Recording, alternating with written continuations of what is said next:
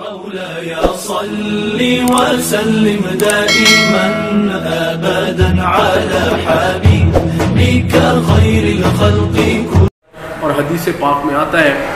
نبی صلی اللہ علیہ وسلم ارشاد فرماتے ہیں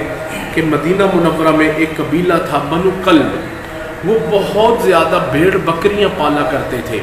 حدیث پاک میں آتا ہے نبی صلی اللہ علیہ وسلم نے ارشاد فرمایا کہ جس طرح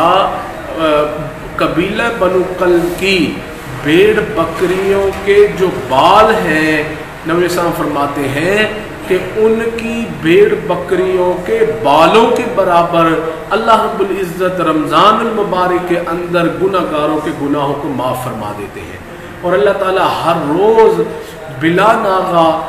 اللہ تعالیٰ رمضان شریف کی ہر رات میں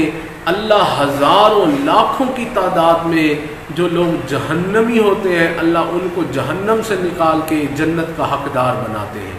رمضان شریف اتنی برکتوں کا حامل مہینہ ہے،